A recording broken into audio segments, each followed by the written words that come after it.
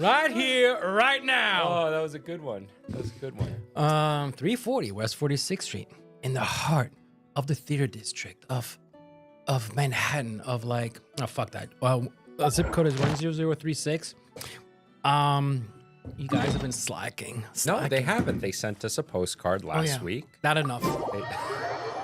We got a knife. Not this one, but we got a couple knives now. Yeah. Send us those gifts. Send us those postcards. And if you guys want to have some awesome sandwiches while you're in New York, visit me in Williamsburg, Brooklyn, 326 Bedford Ave. Last week was the midwinter break for kids. Wait, you're not going to mention Le Rivage? You just told everyone the address of Le Rivage. Oh. I just said where. I think of that as the podcast. Oh, okay. Well, you always have to make it about you, huh? I know. Do you know who? I already know what you're about to say. Do you know who you're talking to right now? Here to play with me. Anyway, last week was midwinter break. Don't you feel good today? I feel great. Winter. I had a call out at work. Despite that, I still did. I had a good team meeting. Very good. Burn it down. Very, Didn't yell. didn't yell. Okay. But it was productive because it was long as hell. I was waiting up here for like an hour. I know you weren't here when I got here. I was know. Like, where is he? I tried calling you. He's not 6 answering. times. I know. I was going to get coffee. I slept too early yesterday. Woke up at like 4. I fell asleep on the couch a lot yesterday afternoon. Felt so good. I was like, oh.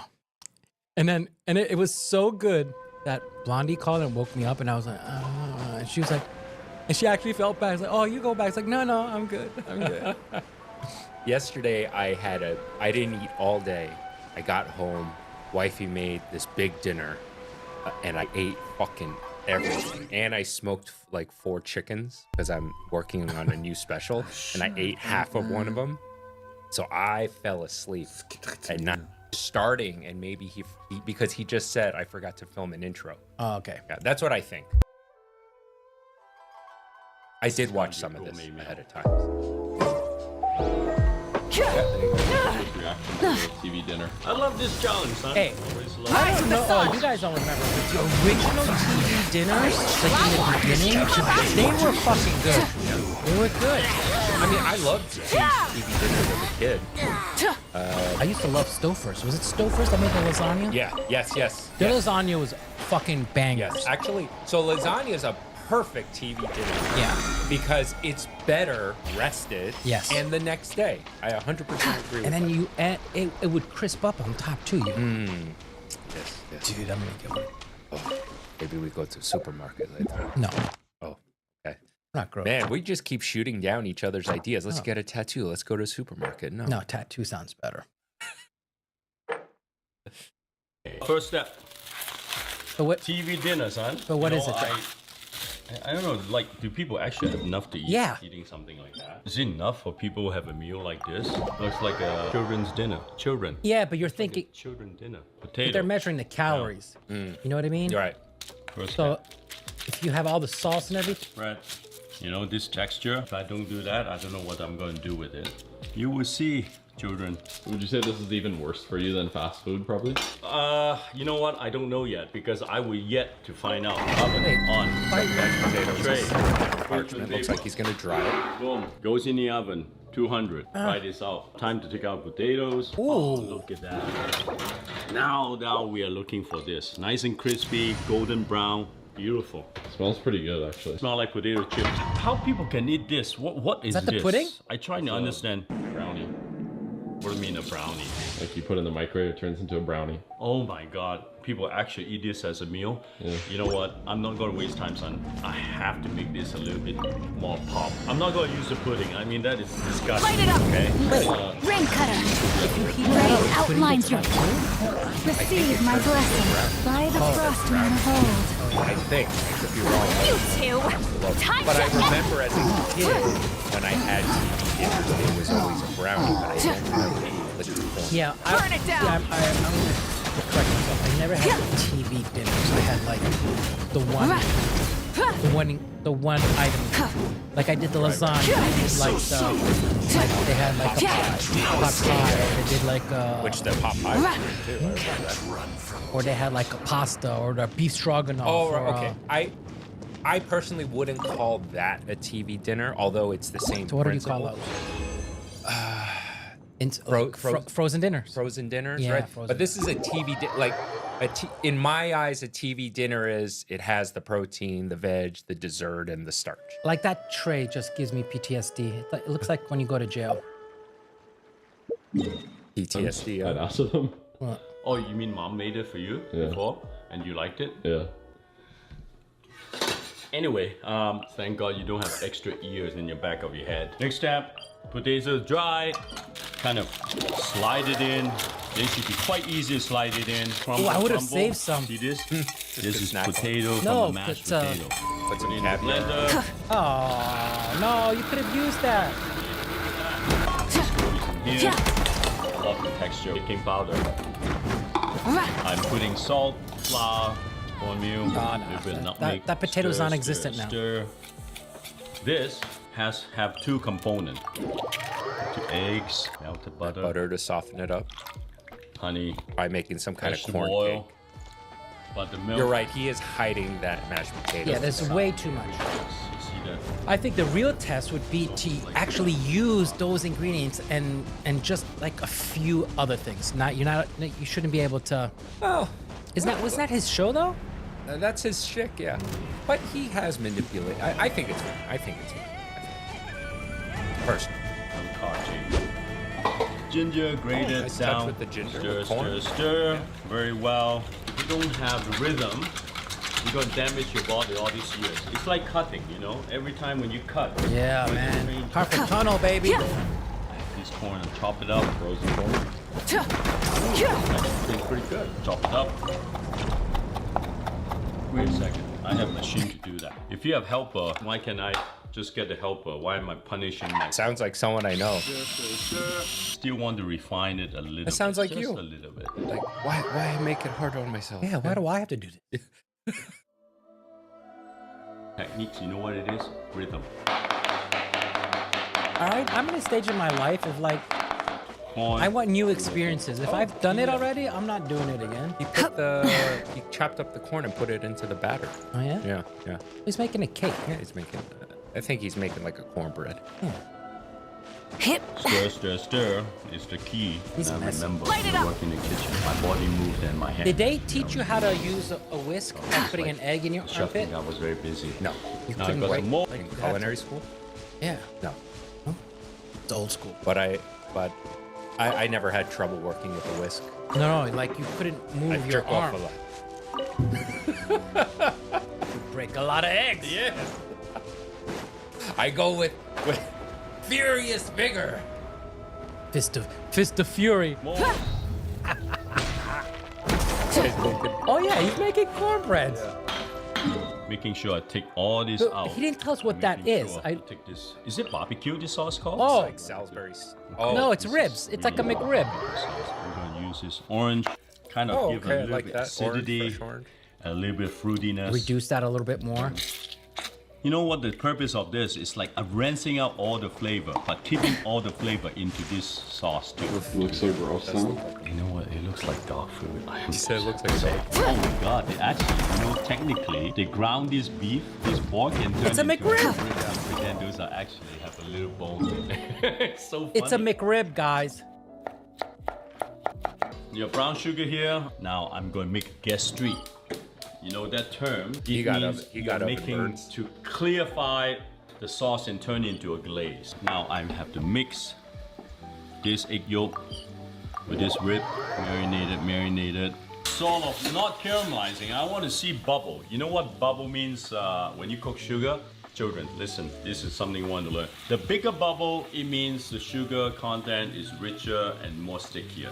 Now the bubble is getting a little bit bigger, and there's some small one, but I want bigger bubbles. I'm gonna top it up with just a little bit of cider some vinegar. acid.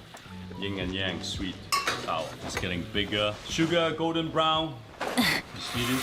Nice. Wow. You see this?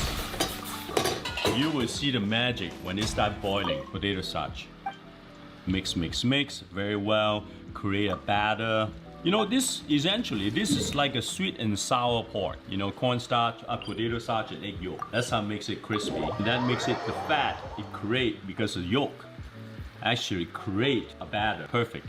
Now the sauce is starting Basically to like clear an out. orange You chicken. See this? Yeah. The one makes it Better cloudy than, is the bubble. what So we Rachel clear Ray out made. the bubble. You see the bottom part of that? Of the bubble is all Now, clear. I was So saying this in Rachel Ray's video, you know, using fresh orange juice, once you cook it, it's going to manipulate it a lot. I still stand by it, but it's not wrong. It's, you know, it's still going to be great. But I was talking about how the secret ingredient that I've seen in Chinese takeout restaurants was tang powder because it has this. Well, it's quicker. It's quicker, but it also has that oomph, right? And the aroma. And when you mix it with everything else, you can't pick up that it's tang, but it still has that strong orange flavor. I would say this is going to be more akin to like an à l'orange sauce, much more savory, Yep. right? That's definitely a sauce bigarade. perfect glaze. Gastrique. Now, frying process. We are trying it out. First one go down. Get it going. Get it. Put it in slowly. Let it dry it out. You see this brown one? This is what I'm looking for. See this where the little bubble? That's where the thin is. And then you thin it into little Yeah, threads. he's making an orange. Yeah. Sugar, water, you cook it down. Yummy. Yeah, that is straight up orange chicken right there. What else is ready? Caesar Lee is making right now is, like I said, an orange chicken. And it is 10 times better than what Rachel Ray made. And he did it out of a TV dinner. He's doing orange pork, right? Because it's a rib, but, you know, same principle. Finishing, just a little bit of sesame oil. Actually, you know, sesame oil tastes really nicely with barbecue sauce. Try And, it. I should also mention, the you pork saw ribs. how little sesame oil he put in, and it was at the very end. You remember when Jamie Oliver did the pho broth, and he used the fucking sesame oil to sear at the beginning? No. This is mastery right here. Ribs going down. Nice. He's cooking. the Just coating strips. it. Yeah, just coating it. He's just a few seconds. Cornbread coming out. Cool.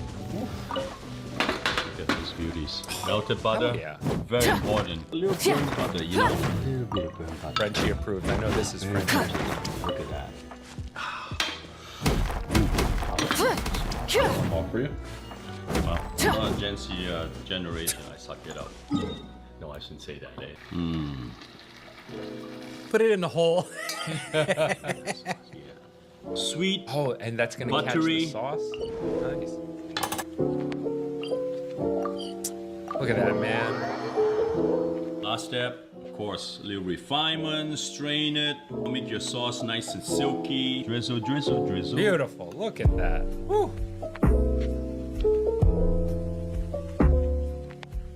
Rachel Ray, eat your heart out. What's the first?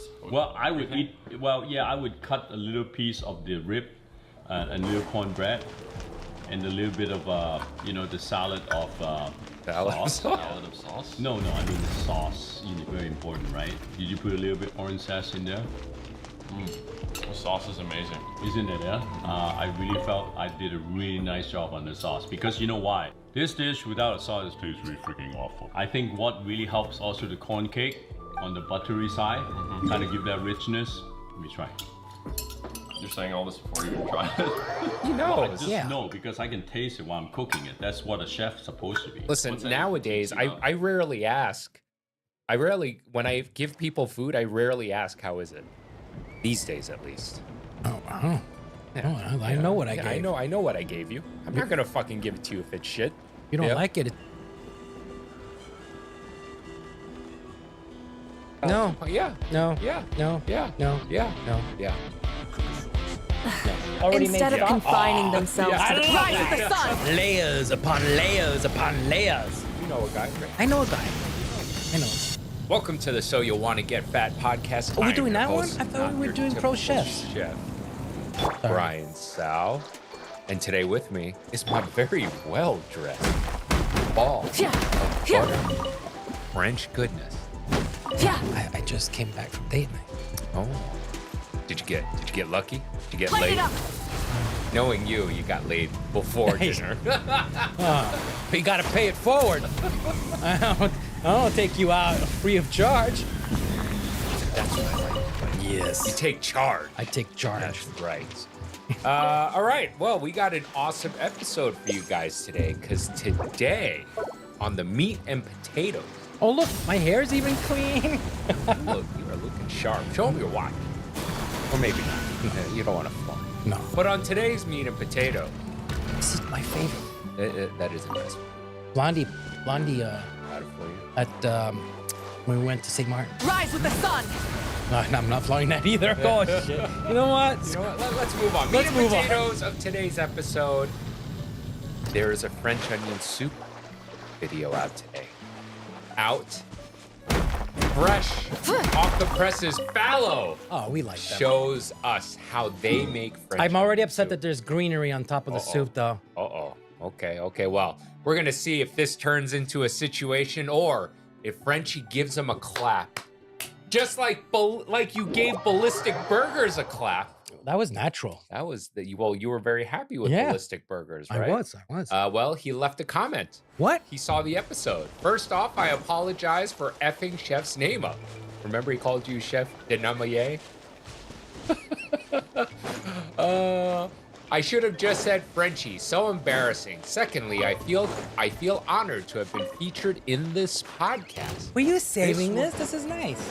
This was the most stressful video I have ever watched. Holy shit. Yeah, I knew there was no cross-contamination issue, but in the world of YouTube, Time to police buckle love down. attacking when they see things like that. I'm buddies with Burn Buka, it down. so say hello.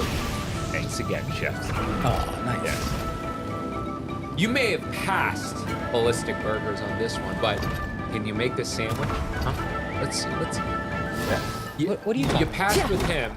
Now you got to get through me. If he can make All right. my burger, he can make your sandwich. No, Trust me. We'll see about that. We'll fucking see about that, Right. okay? Anyway, so some people left some comments. Hey, Greg, not only did I watch your video once, but twice on this channel. The fact that Frenchie clapped at your video speaks volumes. Great video twice now. Let's see. It's stressful watching real chefs critique your cooking. Wait, is that him but yeah. again? No. Oh, yeah. Is it? No. No, Ballistic- this is someone else. Oh, okay. I can't I was see. pretty happy with the fact that they both liked what I did. Oh, that I- is him. Yeah, that is him. Okay, maybe Wait, it's he's got a different. I guess He's got ballistic burgers burger and and ballistic barbecue. barbecue. Oh, so you went to go back to look at it. Yeah. On there's another. yeah. I've been watching your videos. Hey, for a that's long pretty time. smart though, because now you have both connected to it. Yeah. Helps the algorithm. Well, I don't know about Hey, that. but no, I don't. Who knows? I mean, reading the. Let's see. And here, look. Funny. So after reading the comments, Right. that's how I knew that Fallow put out a French onion soup video. That's what we're going Nice. to check out today. And then check this out. We mentioned a guest came to eat at Le Ravage. You didn't remember their name. Well, they commented and they said, Frenchie and Brian, that was me.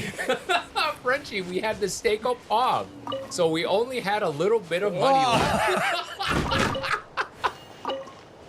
Luckily, Brian took care of us, and the sandwiches we tried were amazing. Both places are fantastic. Good luck, guys. Okay. Isn't that sweet? Yeah. We have a great podcast. All right, but So much so that Blondie wants to hit up our fans to do.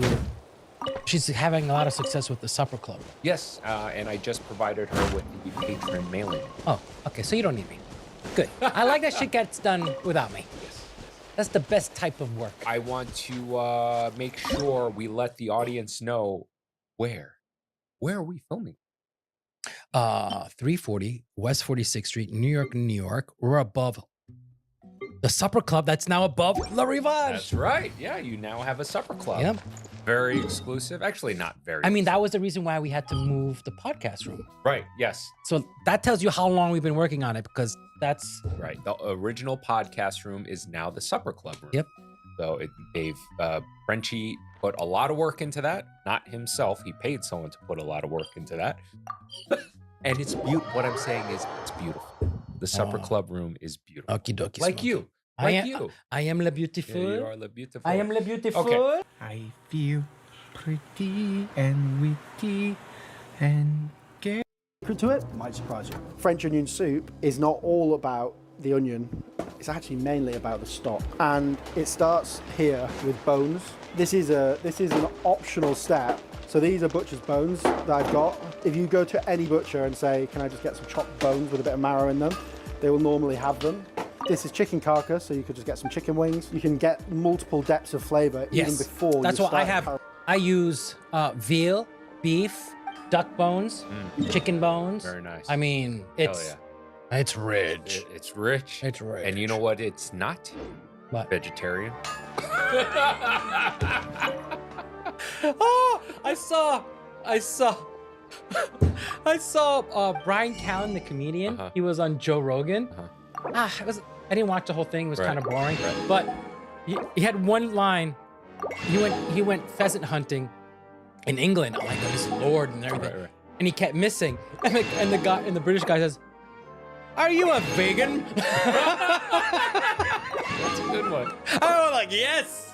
I got something out. I got something out of it. With the stock. So I'm seasoning these bones now. Rub them all over, and then these are going to get roasted at 180 degrees, about 35 minutes, so they're nice and blonde, not too intense. This was often eaten by market traders. Like all good food, it's a simple dish that's made from simple produce. So what I've also got, what I'm going to start my stock in, is this trim. So this is, I just asked for my butcher for any beef trim. I mean, this is a blooming piece of aged ribeye, so this is obviously going to be absolutely delicious. If you don't have any of that... Wait a sec. Wait a second. He's using the aged trimming to make his stock. That's crazy. I like that. Oh, wow. Pat? Nice cheap pack of stewing steak and sacrifice it for the good that's a roasted fillet beef tip. trim to the stock. Gives a whole different dimension to tail. those bones.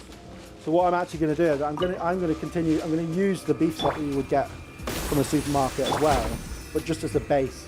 And then That's what you like to do a lot. You like to use some like pre-made stuff, like you pump it up. I love that. What is he using that's pre-made?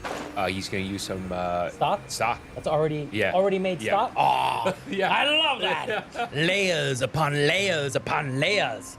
in the flavour of this beef stock. Ideally, what you're getting when you're eating this incredibly rich French onion soup is that's a these fillet. layers of different sort of collagen. What was wrong with that fillet? I mean, this process of making it's the trimmings. It's the trimmings from a dry age, I guess. Yeah. making your own stock. It's going to add about an hour and a half. Again, optional, but No, not this is optional. the greatest French onion soup of all time. So I'd be remiss not to give you this secret. The fat from that beef will start to render out, and then we want to get this nice and dark. This is going to be the basis for our French onion soup. Wow. Pretty much golden brown, Wow. but there's still a few little patches that haven't got that much colour, so we're just continuously working it while scraping the bottom of the pan. Look at all that fond Inside on the pan. actual French onion soup, it's basically just onions and a little bit of garlic and thyme. So what we want to think about doing now is layering flavours as much as possible into this stock. So, yes, a bit of onion, but there's going to be more onion later. Then I've got a couple of carrots, again, just really roughly. And he's just building his stock here. A nice amount of sweetness to the stock. Roughly chopping some celery as well. So this is really now starting to get this a really rich, intense smell. Add in a touch of wine, going to give a little bit of sweetness to the whole thing. Yeah, the wine's gonna deglaze the fond off the pan. Dude, what a genius idea using dry aged trimming to make your beef stock. I mean, it's gonna be strong though. It's fucking But I'm awesome strong. But I love it. Love it, love it, love Just it. deglaze the bottom of that pan. You know, all other French onion soups, that's like a guy who goes to the gym, takes protein going to the powder, gym. maybe some creatine. I took some creatine today. This I got the gummy. This is HGH. This is Oh, I missed the HGH. Always looking for a beautiful, clean base to the pan. We've reduced that wine right down. Our vegetables are nice and soft. Now what we're going to do is take our bones out. They've had about 45 minutes. So what we're going to do is we're going to take off. This is Now rendered aged beef fat. Don't What get you rid of really that. Want with this French onion soup. is Liquid a beautifully gold. Clear stock. He's gonna use that to make So his roux, taking away that fat right? I don't know. will really, really help. He's Now gonna I'm use just that to gonna make his add in thickening our agent. bones, and those bones have released all their marrow, but you can still see we've got some beautiful rendered bone marrow. Oh. It's just gonna. This stuff is the liquid If that was me, I'd Yeah. be eating that. gold in a stock. Beef stock. Now this is probably just the same consistency as what you would find in the supermarket. So it's quite Yeah. thin, and then I'm going to add as well because we don't want to do almost too beefy. Nice light chicken stock as well. And then I'm just going to bring the whole thing up. Then That that's is gonna not simmer for a light about chicken an stock. hour and a No, half. no, a light chicken stock will actually be very light in Yeah. color, literally light in color. But I prefer what he's using. Yes, I agree with that. I'm pretty sure. That means he roasted them I was just about to say. It looks instead of like, doing like a blanch. Yeah.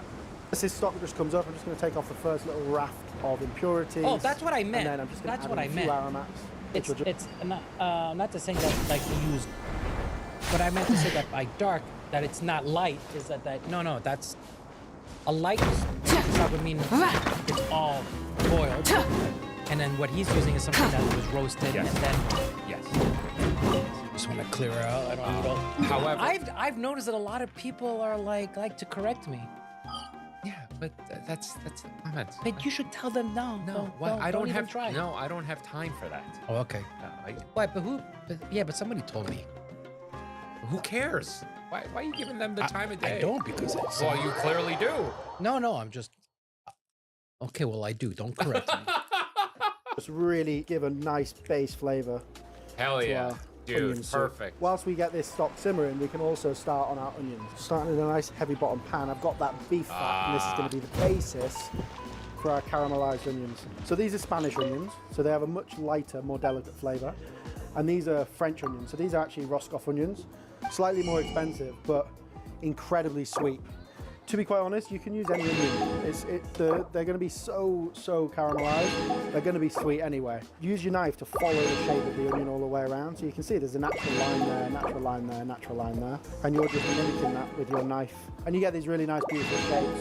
One of my absolute hatreds is when a chef chops an onion the wrong way. Some thugs will take their onion and chop it this way.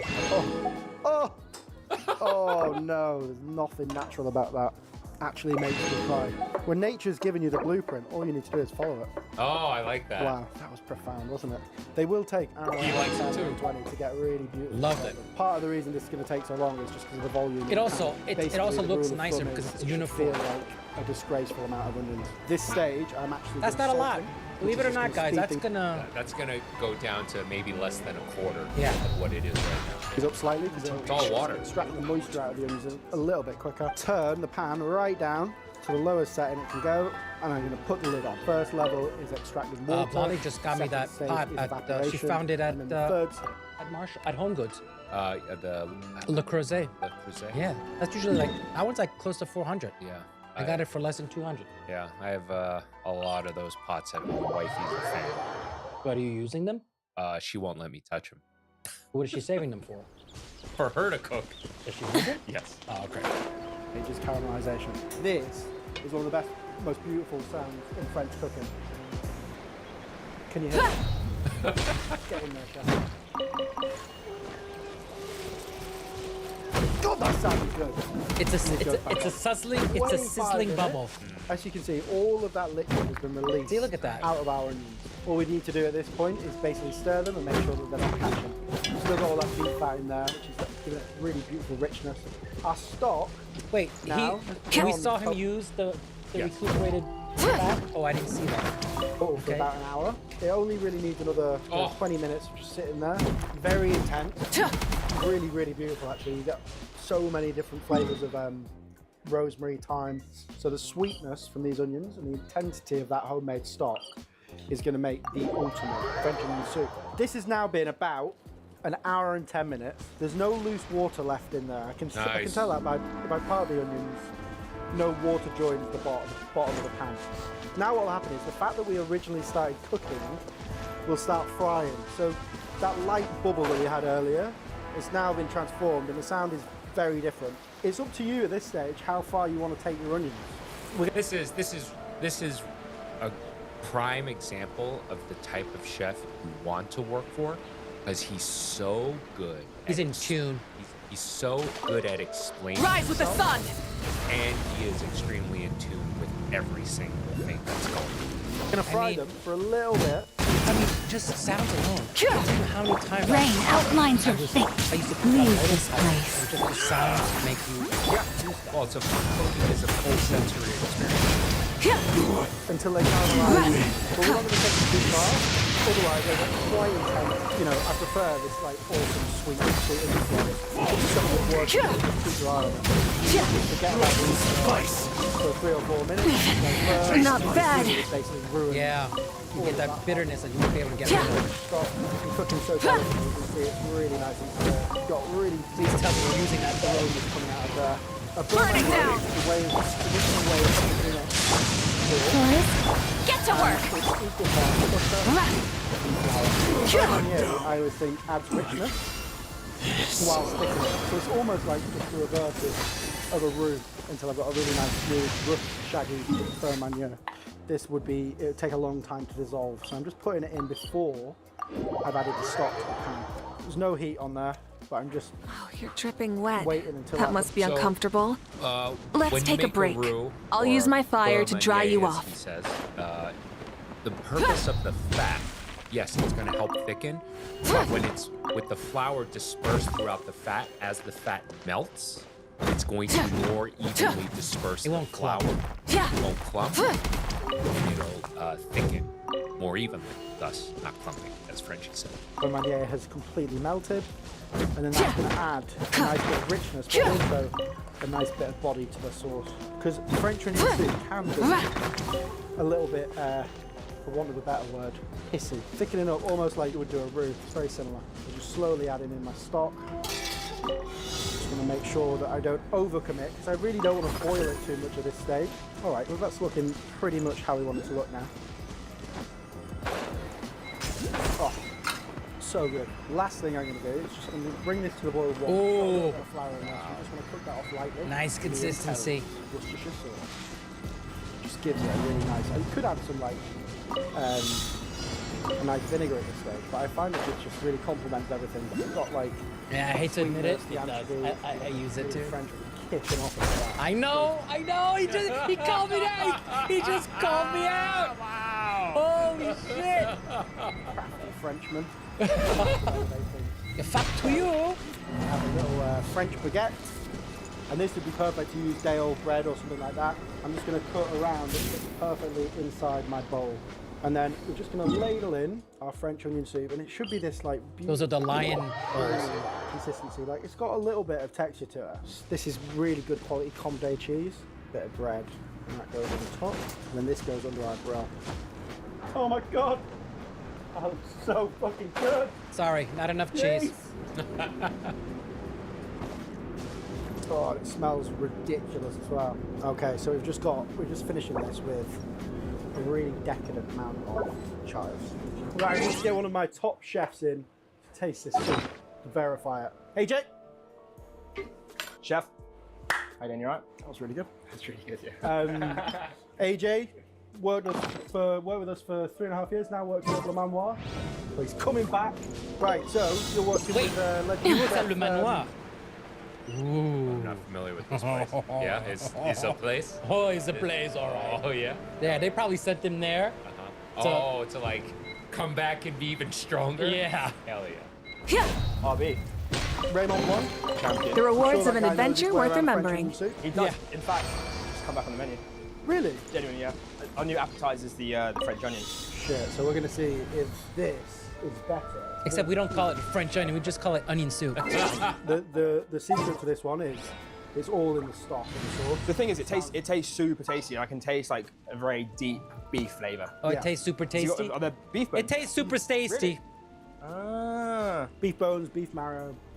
This But the book is secret, very people always booky. Focus on the caramelization of the onions. The secret is the actual beef stock. I get the sweetness from the onions, All but right. really the flavor's coming from that beef. Yeah. Yeah, the onions are very oniony. It is actually one of the simplest I'm sorry, I can't take him seriously anymore. in the French What? food. So good. Delicious. Raymond is a fan. Chef. Hell yeah. That was great. Another great video by the Fallow Boys, Amazing. who never reached out to us. They only reached out to Google. To us, but, you know, I guess we'll be okay. We'll be right here. We'll be here. I don't know why you're such shiny. a starfucker. I'm right here. So I'm all pretty. you need. I'm all you need. All right, moving on. We didn't do this for a while. Wait, how many burgers can Yeah. you make from one cow? Yes, food clips. We haven't done food clips. How many Chivalry burgers can will you make never from one die. cow? Let's check this out. But are they mixing it? That's a pretty small cow.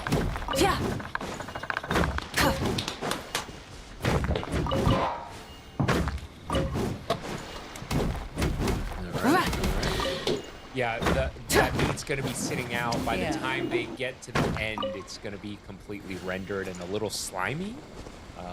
You know, they should have done this in a refrigerator. That's why any world-class butcher shop will be completely refrigerated. Yeah, go look at Pat's operation. Just We should do a video. That's what we should buy a bar. Of course. do a video of him making the burgers. yeah, you can do that. Yes. You know a guy, right? I know a guy. Yeah, you know a guy. I know. Okay, I don't want to watch the rest of this because I'm annoyed. We already started. Yeah, but just get to the end of it. It's almost over. Like, oh no. Okay. I feel like we're watching those movies, the Hellraiser. Remember the movie Hellraiser? What is he? What the fuck is he doing? Wait, yeah, what is he doing? What the fuck? Hey, Blondie.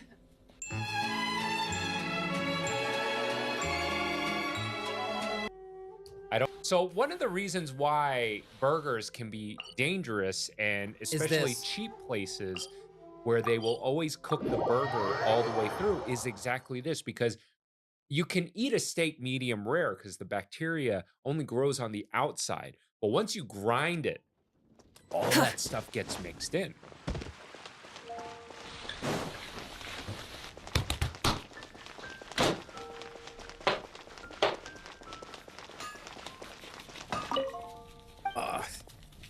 This is hard to look at. Come on. Show me some, like, people dying or something.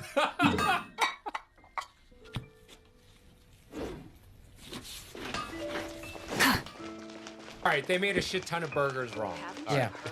And but I want to know how many people they poisoned, because that's the number of burgers is the number of people they poisoned. How many burgers you why do they start out doing all that with no gloves, then seasoned with gloves? Well, Yeah, these people, because these are boobs. These are boobs. well, listen, if the food is not ready to, I see this guy's point. I'm not going to defend it any further. Moving on. Wait, but how many burgers? No, I can't fast forward it. You can't? No, That was the end of the video? no, but I got tired of it too. Did I just blue ball you? What's the best pumpkin flavored item? There's only one. It's the pie, and that's it. Don't go be doing anything All right, else. all right. Well, I do love me some pumpkin pie. Pumpkin spice latte. No. I've never been a fan. No. I've tried it. I can't do it. Oh, I've had a good pumpkin beer. Pumpkin pie? Pumpkin pie Yeah, is that's what I always- just said. I know. Okay, we can say it again. No. Ooh, pumpkin muffins. No. I'll do it. Yeah. No. Yeah. No. Yeah. No. Yeah. No. Yeah. No. Yeah. No. Pumpkin No. pasta. No. No, I don't mind that. No. No. Moving on. Pumpkin cheesecake. I'll do No. pumpkin cheesecake. No. Ooh, pumpkin scone. No. I love No. scone. No. I'll try pumpkin scone. No. Pumpkin curry. I've had pumpkin curry. It is very nice. Okay. My local ice cream spot makes pumpkin cheesecake ice cream. Pie and pancake. You know what? Go get some Uggs and some cinnamon, and walk away from me. All right, let's cheer up Frenchie. How is this gonna cheer me up?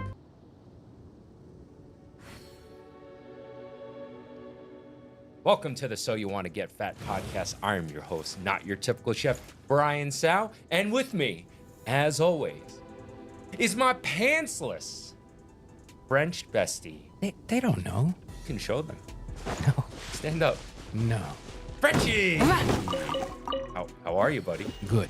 You're good? Yeah, we just worked out. We worked out. I feel great. I feel good. We're going to be sore as fuck tomorrow. Yes. Because we did leg day. leg day. Frenchie and I we both realized that we both have a zero X. Nothing. It's non-existent. It's almost negative. I used to have a nice ass in the 80s. Yeah. So we decided we are going to start building a cake, baby. Because right now we have pancakes. We want to make a layer cake. Josh, run the B-roll. You can see myself working out, doing them squats. Wait. I need to see this before I can approve No. it. No. People see it. Don't worry. So we're working on building a cake. We are never going to skip leg day. Today is the first leg day, which means tomorrow is going to be second. Does bike riding count as leg day? No, my sword! Branch into song. I don't think it Fulfill helps our with path. building cake. I think it helps with building the What about Soul Cycle? What's the bicycle? What's the one that everybody has? Yeah. Peloton. If you don't sit on the seat. I don't know. But I do know that squats give you an ass. And I want the ass. So on the meat and potatoes of today's episode, we had a very interesting byproduct from our Jamie Oliver pho reaction video, where my daughter made a peanut gallery cameo. She made some commentary, and basically Queso was catching Jamie Oliver's stray. So make sure you tune in for that. Make sure you stay for that. I still don't know what we're talking Makes about. no sense to you, right? Very funny, because it made zero sense to me when it happened at the moment. And we're gonna explain everything later. But before we go on with the meat and potatoes of today's episode, Frenchie, where are we filming from today? Right here, right now. Yes. And where are we right now? Oh, you should have pumped me up a little bit more there. Right here, right now. Okay, enough now. Okay. 340 West 46th Street, New York, 10036 for all those postcards. And speaking of postcards, We got it. Instead of from something confining Wong. themselves to the Mr. heavens, Wong. God should broaden their Dear Chef horizons in the Paul world and below. I'm surprised that Chef Brian didn't bring Chef Paul dumplings and noodle for Lunar New Year. And Frenchie is correct about another Chinese holiday, Lantern Festival, as a yeah, that was the day I told you it was a Taiwanese Chinese. American. I love Frenchie's restaurant as it is awesomely My family makes ornate tastes umbrellas that block neither rain nor and shine. am Their sole purpose is for I don't think you decoration need to upon a squint. wall. I know, I mean, just Listen, you fucking try to read this. You only have one good eye, okay? You try to read this. Okay. which one is it? But I always forget which eye. So sometimes I try with the bad eye. I'm like, wait, what's that? And then, oh shit, it's the wrong eye. Oh, yeah, dear Chef Paul, and I'm surprised that Body Chef and mind. Brian didn't bring Chef Paul dumplings and noodles for Lunar New Year.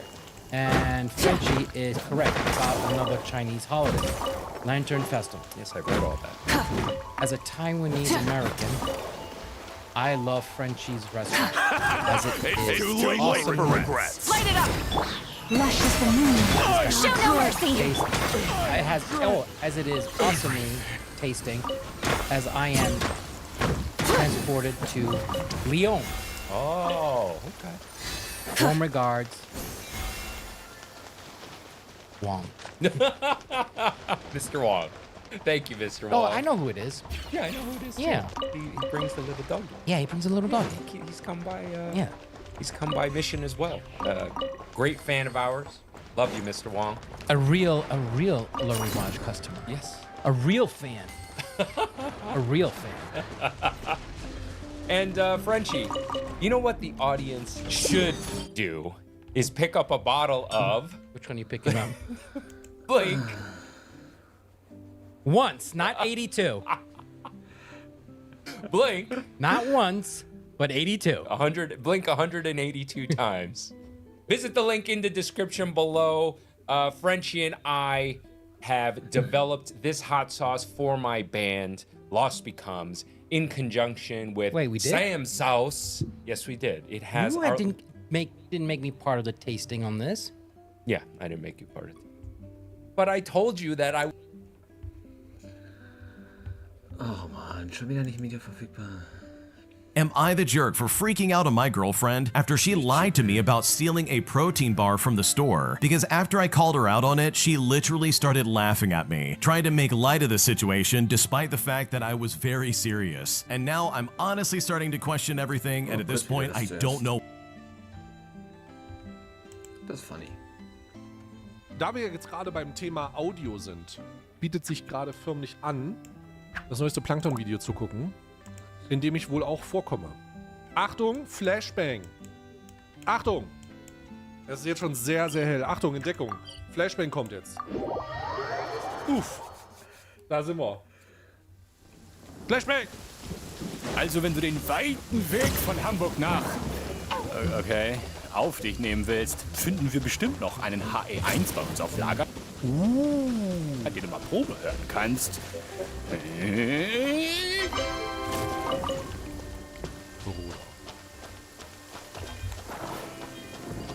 Bruder.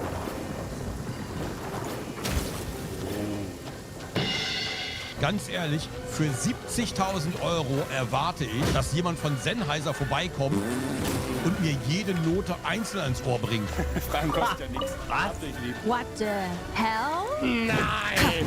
69.000 €? Kann ich das mit Klarna überweisen? Ich bin gerade nicht so flüssig. Sind die irgendwie aus Gold, mit Diamanten versehen? Leider. Das hat dann. Das ist Quatsch. Was sollen die können? Get to work. Macht er so der. Er ist jetzt hingefahren, oder? Er ist hingefahren, oder?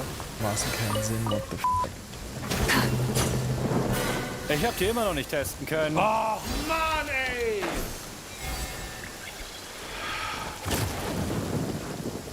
Fairerweise habe ich einen Termin selber verpasst, weil ich genau an dem Tag nicht in Deutschland gewesen bin. Und by the way, auch wenn es irgendwie silly ist, das zu verteidigen, diese Kopfhörer hier kosten auch nicht das ganze Geld hier. Sonst wären die wahrscheinlich iced out wie $50.000 Gebiss von auf dem Boden gebliebenen Lieblingsrapper. Für die Kohle hier kriegst du die gesamte Anlage. Ja. Dann lohnt sich das direkt schon mehr. Dann lohnt sich das direkt schon mehr, muss ich sagen. Wo ist der scheiß Pizza? Da muss man auch mal differenzieren. Ne? Das heißt, die kosten dann nur 50.000 € ohne den Röhrenverstärker aus Marmor im minimalistischen Look.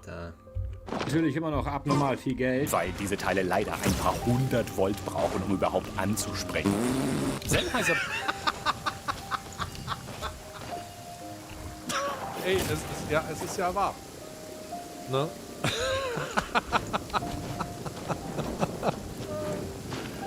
Ehrlich gesagt würde ich sowas gerne auch mal hören. Ne? Ich bin ja schon hochqualitative Audio-Software oder Hardware gewohnt, aber ich kann mir nicht vorstellen, dass es einen Unterschied macht.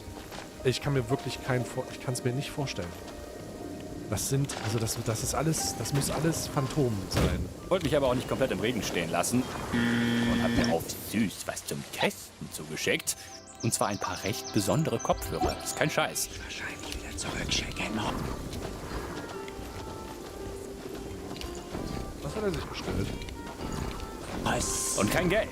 Also wird es auch kein bezahltes Placement. Ich kann also sagen, was ich will. Und wenn ich finde, dass die so klingen wie Surprise-Telefon in Kneipenklo, dann werde ich euch das auch mit extra vielen Furzgeräuschen schmecken. Aber alles der Reihe nach. Was ist hier jetzt überhaupt los mit diesem... Also ich kann dir sagen, das ist nochmal so viel besser als seine 800S, also so 500% besser. Hast du die schon mal gehört? Ich kann mir das nicht vorstellen, Alter. Meine 800S sind schon komplett over the top. Also wirklich komplett dumm. Komplett dumm. Video. Und was soll das jetzt mit dem Part 2? Gehen mir schon die Ideen aus, oder was? Keine Sorge, nach dem Video mache ich wieder irgendwas über irgendwas. Vielleicht mache ich ja sogar ein Staubvideo. Mal schauen. Okay, ciao. Ich habe gar nicht so lange her schon mal ein Video über Audiophilie-Kram in a Nutshell gemacht. Hab versucht dabei die verschiedenen, absolut nicht von mir ausgedachten Tierstufen des Musikhörens aufzuzeigen. Und bin dann irgendwie auf Plattenspieler-Superfans geturnt und dann dort auch irgendwie ein bisschen stecken geblieben. Wenn ihr also wollt, ist aber wirklich nur optional. Könnt ihr euch das Video hier einfach nochmal geben. Müsst es dann aber abbrechen, sobald ich anfange über Plattenspieler zu labern und dann wieder zu diesem Video hier zurückkehren. Müsst ihr halt aber wirklich nicht machen. Denn heute biege ich nicht ab. Heute falle ich immer tiefer ins Kopfhörer-Rabbit-Hole, weil ich tatsächlich auch Also ich bin jetzt sehr gespannt, was er für Kopfhörer hat. Ja, ich habe bei der Audioshow schon krass, aber ganz sicher nicht das Geld wert. Gibt andere für 3.000 bis 5.000, die mir besser gefallen haben. Das ist schon so viel. Die Kopfhörer, die ich trage, waren mir so teuer, dass ich mir die vorher ausgeliehen habe und wirklich sicher sein wollte, dass mir die gefallen. Das ist fucking insane, Alter. Seit meiner Videorecherche an diesem Hi-Fi-Thema kleben geblieben bin. Und ich habe auch ein bisschen was gelernt. Wie zum Beispiel, dass Stay seine Sennheiser HD 800 etwas unangenehm sind, was sie übrigens absolut nicht sein müssen. Ich fand die Klang ziemlich...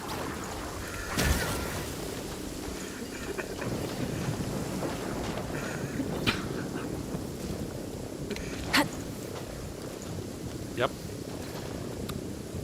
Ihr fragt euch sicherlich, wie wir zu diesem Punkt gekommen sind. Hey, er hat getroffen, cool. Warte mal, was passiert jetzt?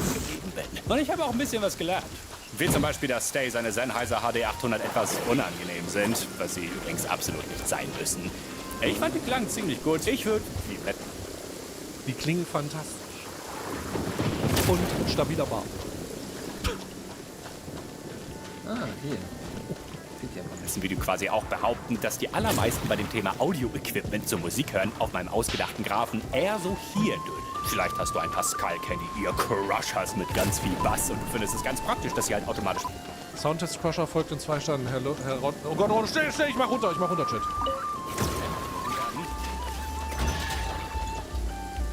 An diesem Zipfel hier ist dir eigentlich... Okay, ich hab's wieder hoch.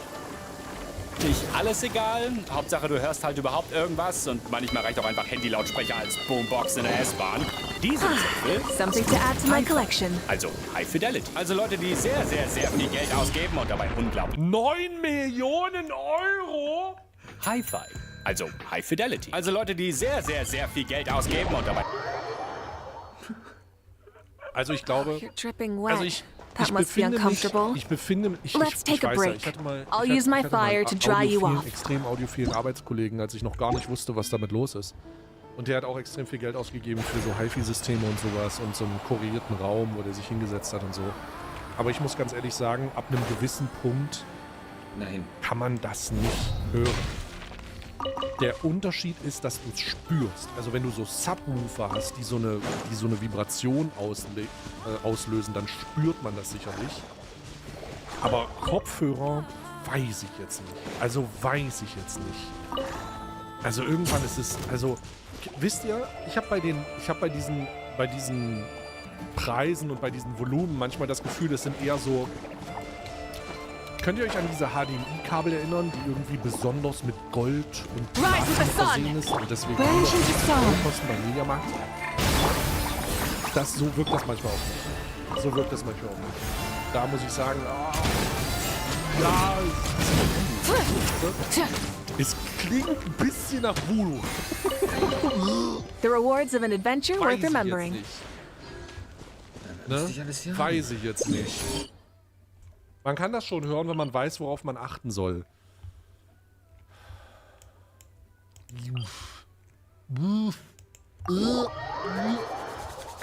Unglaublich viel Pragmatismus aufgeben, um eine absolute High-End-Mega-Bob-Klang-Perfektion zu erreichen.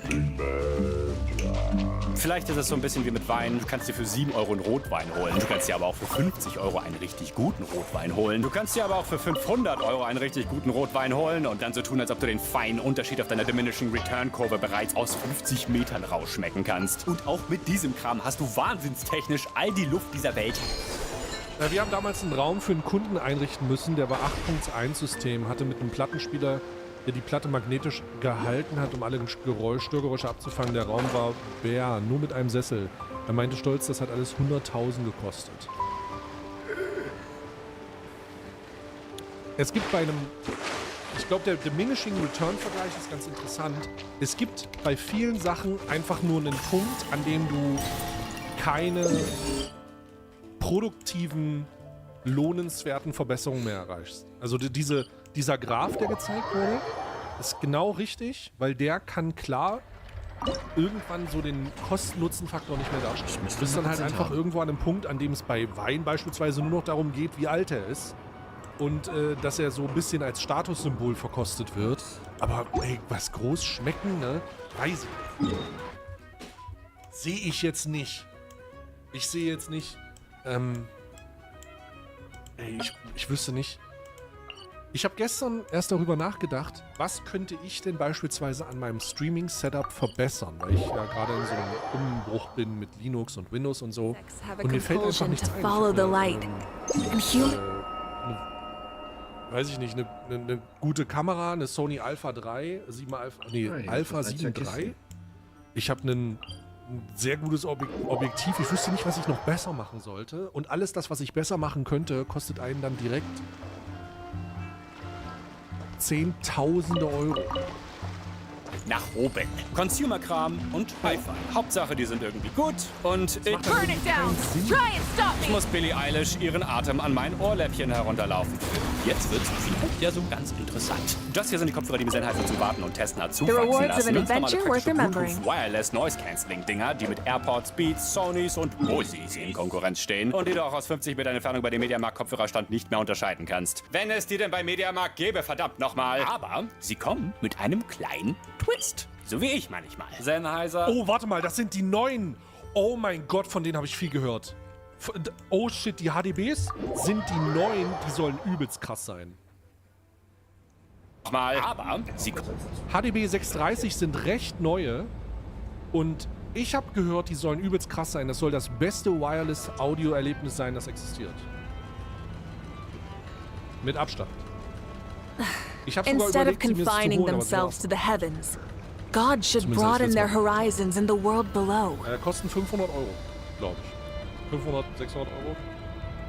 Kommt mit einem kleinen Twist. So wie ich manchmal. Sennheiser HDB 630 Wireless Audiophile Headphones High-Res Audio. Das hier sind Wireless Noise Cancelling Kopfhörer, die auch unbedingt wahnsinnige Hi-Fi-Kopfhörer sein wollen. Also Kopfhörer, von denen manche YouTuber behaupten, sie können dich sogar zum Crime bringen. Oder Sennheiser hat einfach alle Hersteller dieser Welt. Ja, das ist tatsächlich das Video, was ich dazu auch gesehen habe.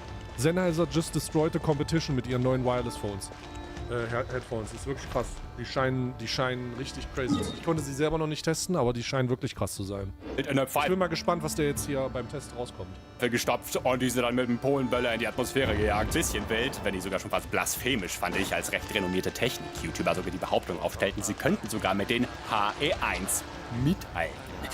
Und das nur aufgrund deren Frequenzgangkurve. Das ist irgendwo so, als würde ich sagen, dieser Skoda da ist genauso gut wie der Bugatti und somit irgendwie auch fast die gleiche Karre. Sind das jetzt also die allerbesten Noise-Canceling Wireless-Bums-Dinger dieses Planeten? Ob ich Ja. jemals eigentlich irgendwas zum Öffnen hier? Und es ist weird, dass Menschen auch noch was anderes kaufen als das. Well? Bla bla bla, Kanton. Nahezu alle Kopfhörer und Lautsprecher dieser Welt, alle Wireless Noise Cancelling Dödel und tatsächlich auch alle aus CEOs begehbarer Kopfhörersammlung haben alle eine Sache gemeinsam. Sie verwenden alle sogenannte dynamische Treiber. Das ist weder ein Hexenwerk noch etwas, was du noch nie gesehen hast. Das sind basically einfach nur diese kleinen Lautsprecher, die durch Elektrizität und einen verbauten Magneten eine Art Kegelform in rasche Schwingung versetzen, um dadurch Schallwellen zu erzeugen, die dann in dein Öhrchen landen können. In ihrem kleinen Audio-Kugeln sind sie etwas größer. So groß, um genau zu sein. Das ist tatsächlich das Ding aus den Sonys. Sehr, sehr klein, sehr, sehr filigran. Für alles verantwortlich. Mein Gesicht. Die primäre Aufgabe dieses Hütchens ist dabei im Idealfall nach vorn und nach hinten zu schwingen und das so präzise es geht. Schnelle Schwingungen machen aber die hohen Töne, langsame Schwingungen die tiefen Töne. Also die besser. Das in Anführungsstrichen Problem an dieser Technik ist jedoch, dass dynamische Treiber oft Schwierigkeiten haben, das auch genauso wirklich perfekt zu tun. Aufgrund ihrer Bauart neigen sie beim Schwingen auch etwas seitwärts abzudriften. Außerdem ist da immer noch ein Magnet verbaut, der das Hütchen potenziell mehr zum Wobbeln bringen könnte, als es vonnöten wäre. Ton. Dies führt dann technisch gesehen zu einer Verzerrung des Tons und somit zu einer technischen Verschlechterung der Audioqualität. Ich habe jetzt hier zweimal technisch mit angehängt, weil in der Praxis so eine Art Störverhalten nicht wirklich auffällt. Im Gegensatz zu meinem Störverhalten damals in der 5. Wenn du jetzt aber so eine Hi-Fi-Gurke sein solltest, der dieses Herumgewabbel einfach nicht genug Präzision ist, obwohl buchstäblich die ganze Welt damit irgendwie klarkommt. Wenn du dir jetzt denkst, dass das doch irgendwie besser gehen muss für maximal abnormale Tonqualität, dann sei dir versichert, ja, das gibt's. Das sind zum Beispiel unter anderem tatsächlich auch diese hier. Und im Endeffekt kann man diese Art von Kopfhörertechnik bzw. Lautsprechen allgemein als absolutes Endgame des audiophilen Gedödels bezeichnen. Ich rede nämlich von Electrostats. Oder E-Stats. Oder auch elektrostatische Kopfhörer, wenn du besonders viel Zeit hast. Der absolute Overkill, super exotisch in ihrer Technik und auch genauso faszinierend. Finde ich jetzt zumindest. Denn anstatt wie bei den bereits besprochenen dynamischen Treibern befinden sich in Electrostats weder irgendwas mit Trichtern noch irgendwas mit Magnetil. Stattdessen hast du über die gesamte Größe deiner Hörmuschel einen extrem dünnen Film aus Kunststoff, der dann wirklich so absurd dünn und leicht ist, dass er sogar leichter ist als die Luft um ihn herum. Das System um diese dünne Schicht wird im Anschluss unter Hochspannung gesetzt, sodass ein elektromagnetisches Feld entsteht und die Folie, ohne dabei irgendwas zu berühren, zum Schweben gebracht wird. Fucking crazy. Für moderne E-Stats-Kopfhörer werden sogar ganze 580 Volt benötigt, um sie betreiben zu können, was ein iPhone auch mit Kopfhörerbox definitiv niemals hinbekommen hätte. Und um dann einen Ton zu erzeugen, wird diese dünne Schicht mit der besagten Spannung nach vorn und hinten geschleudert. Quasi so wie bei dynamischen Treibern, nur um ein Vielfaches schneller, präziser und ja, größer ist manchmal auch schon wichtig, auch deutlich größer. In der Klangqualität äußert sich diese Technik mit extremster Präzision. Gesang kommt teilweise so rüber, als würde die Person direkt in dein Ohr spucken. I just wanna kiss my fish. Eat my truck. Herrenritt. Oh mein Gott, warte mal, das war gerade aus dem Video, was wir geguckt haben. I just wanna kiss my fish. Eat my truck. Das war gerade aus dem Video. No, my sword. I just wanna kiss my fish. Fulfill our pact. Person direkt in dein Ohr spucken. I just wanna kiss my fish. Eat my truck.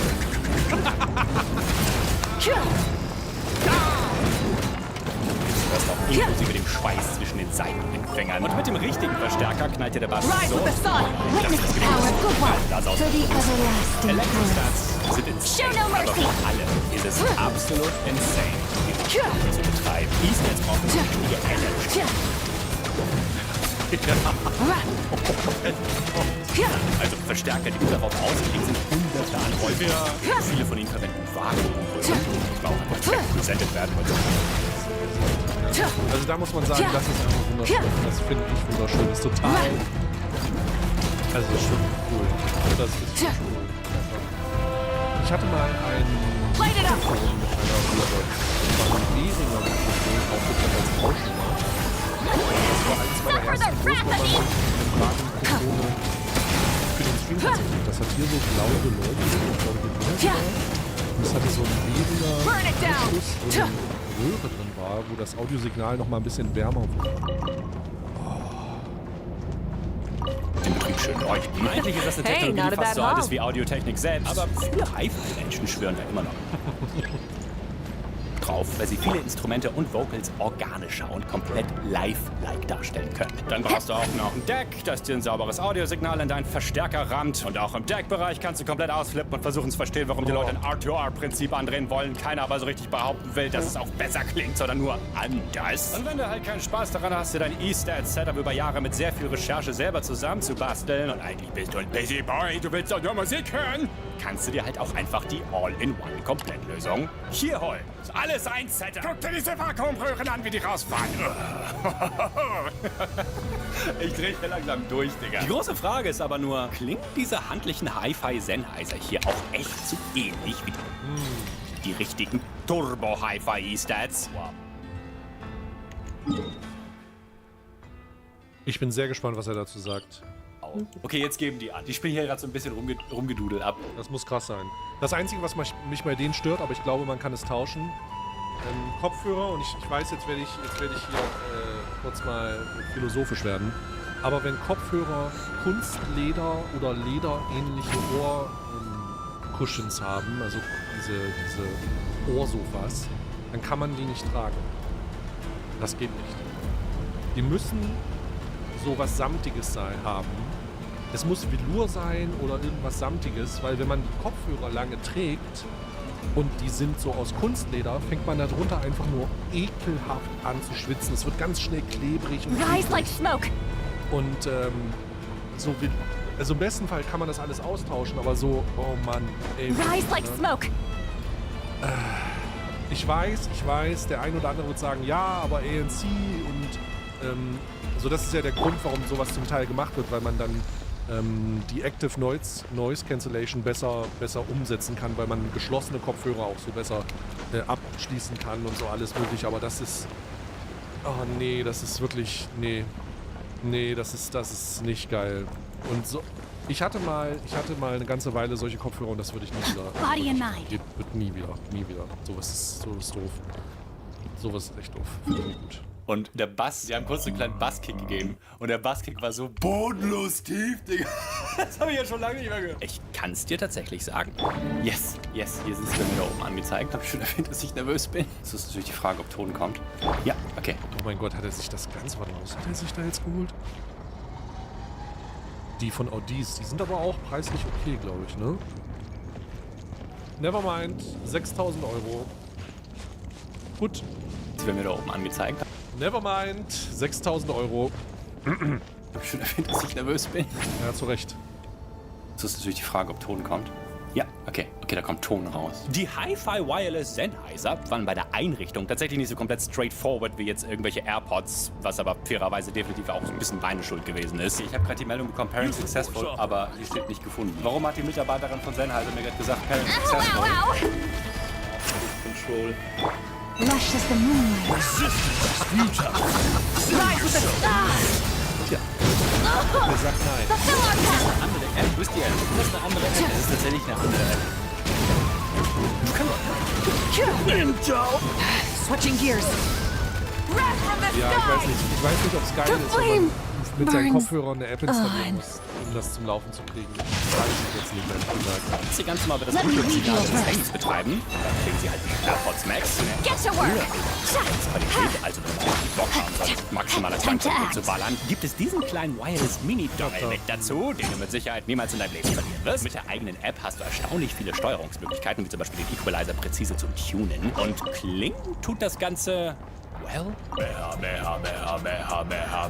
ich finde, sie klingt fantastisch. Der Bass rumbelt tief, ohne dabei in die Quere der Vocals oder Instrumente zu kommen. Die Soundstage, also wie 3D deine Musik klingt, ist für geschlossene Kopfhörer, die sie halt nun mal wegen Noise Cancelling sein müssen. Oh, das ist so scheiße. Neues geschlossene Kopfhörer. Erstaunlich gut vorhanden. Der Klang ist hochauflösend. Und das alles in einem Setup, das du dir einmal aus der Tasche auf deinen Kopf wirfst und einfach easy mit joggen gehen kannst. Und vor allem mit ganz normalen dynamischen Treibern, von denen ich vorhin ja meinte, sie seien nicht unbedingt perfekt. Cool. Aber guck mal. Hier probiere ich gerade das erste Mal elektrostatische Kopfhörer. Ja, jetzt wird's dumm. Also jetzt wird's dumm, Alter. Aus. In ein paar Sekunden steigt sich gleich ein Instrument von hinten an und überrascht mich so ein bisschen. Kontrabass!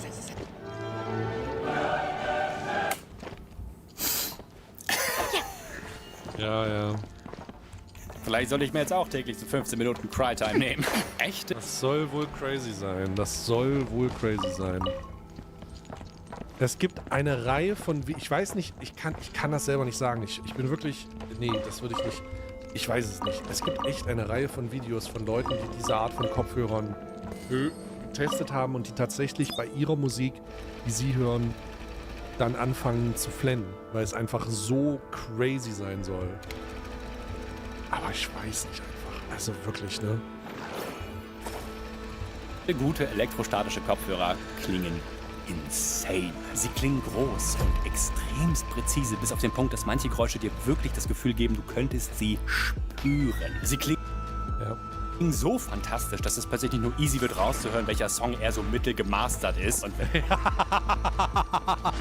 mit ganz viel Liebe gemacht wurden. Die suchst du dann halt immer so ein kleines bisschen. Eines Abends wollte ich eigentlich um 0 Uhr schlafen gehen. Hab dann Musik gehört, die eigentlich eher nicht so meinem Pop-Trash-Genre entspricht. Nur um dann irgendwann den Stecker zu ziehen, weil es plötzlich 2 Uhr morgens war und ich wieder cryen muss. Und es ist echt schön. Es ist echt schön, aber auch wirklich absolut too much. In jeder Hinsicht.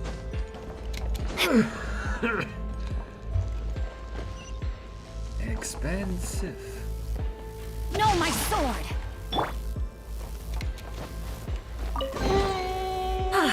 Something to add to my collection. Gesicht. Aber sind diese kleinen Sennheiser hier genauso Hi-Fi wie das, womit sie ab und an gern von Leuten verglichen werden? Natürlich nicht.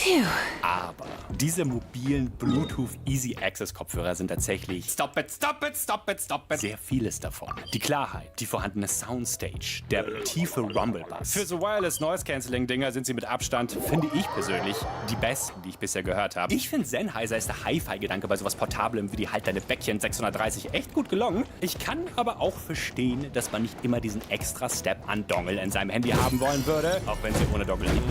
Und auch absolut super. Ich verstehe auch nicht so ganz, warum diese vom haptischen her genauso voraussetzen wie ihre Aber ich glaube, dass mit dem Marketing hätte bei Sennheiser immer so ein bisschen mehr Luft nach oben. Man weiß halt nicht wirklich darüber Bescheid, außer man hat die bei irgendeinem Audio-Review-Menschen gesehen, was sie halt nicht... Tja, Sennheiser sponsert auch leider nicht so Hey, not a bad Content haul. Creator wie Plankton. Oder andere Content-Kreatoren. Weil sie mutmaßlich mit einer Agentur zusammenarbeiten, die das Geld gibt. Aber das muss Sennheiser selber entscheiden. So wirklich in den Mainstream geschossen bekommt. Deswegen, das kriegt ihr doch safe noch sicher geiler hin, liebe Sennheiser Menschen. I'll make short work of Change you. of plan. Light it up. Oder so. Wait, what happened? There's Wo ist the die song. eins erzählen? Get to work. You two. Time to... Änderung. Hey, dann schauen wir mal. The rewards of an adventure worth remembering. In diesem Sinne, danke fürs Zuschauen, ihr Kommen. Vielen Dank für euren Support, auch nach 4 Jahren. Ich meine, ohne euch würde ich diesen Kram hier einfach nicht easy testen können. Und das ist, finde ich, absolut nicht selbstverständlich. Das ist einfach nur insane. Hier ist der Schnitt, Plankton. Sorry, dass ich in diesem Video mindestens 10-mal das Wort insane verwendet habe. Deswegen vielen Aber es ist insane. Das ist richtig. Das ist so. Vielen Dank. Und danke an Sennheiser. Ich meine natürlich Sonova. Habt euch ganz doll lieb. Das ist euer Plankton.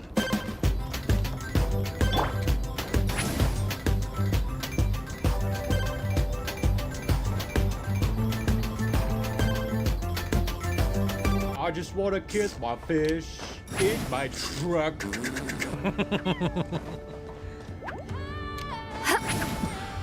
Oh mein Gott. Ey, ich muss auch ganz ehrlich sagen, die Referenz zwischen den beiden Videos, die wir gerade geguckt haben, hat auch richtig geknallt. Das war schon sehr gut. Hat richtig geknallt. So, hier ist der Link dazu. Abonniert den Plankton-Kanal, wenn ihr ihn noch nicht abonniert habt. Das wäre sehr gut. Fulfill our pact! You poor lost brain outlines your... It's jammed. Do it. Do it.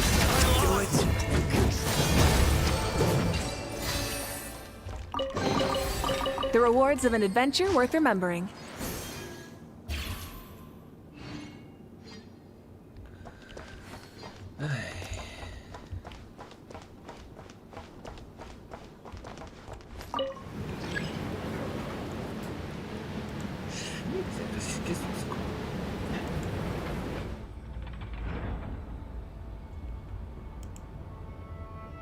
Am I the jerk for freaking out on my girlfriend after she lied to me about stealing a protein bar from the store? Because after I called her out on it, she literally started laughing at me, trying to make light of the situation despite the fact that I was very serious. And now I'm honestly starting to question everything, and at this point, I don't know what to do. Here's what's going on. Okay, so my partner and I of about a year went to the store this morning to get our weekly groceries. She then opened up a protein bar in the middle of the store, which I always find weird when people open stuff instead of just waiting, but it's whatever. If she wants that, then sure. I then kind of joke around and I say, "You're weird for that, baby. Just wait till we're home." And she says, "Well, it's not like I'm gonna pay for it." And so, long story short, we get to the register of the store and we're checking out. They're scanning the items, and I remember she opened the protein bar as I'm talking to the clerks. I then turn to her and say, she tells me, "Yeah, it's there." Now, Show no mercy! I can visually see it by her waist, and I'm thinking, what the heck is going on? Did she really just lie to me? And honestly, I am super Not confused. bad. We walk out of the store, and I ask her, "What is in your hand?" And she finally showed The me the rewards protein of an bar adventure wrapper that worth she didn't pay remembering. for. I then go, "Did you really just steal that?" And she was just trying to like laugh.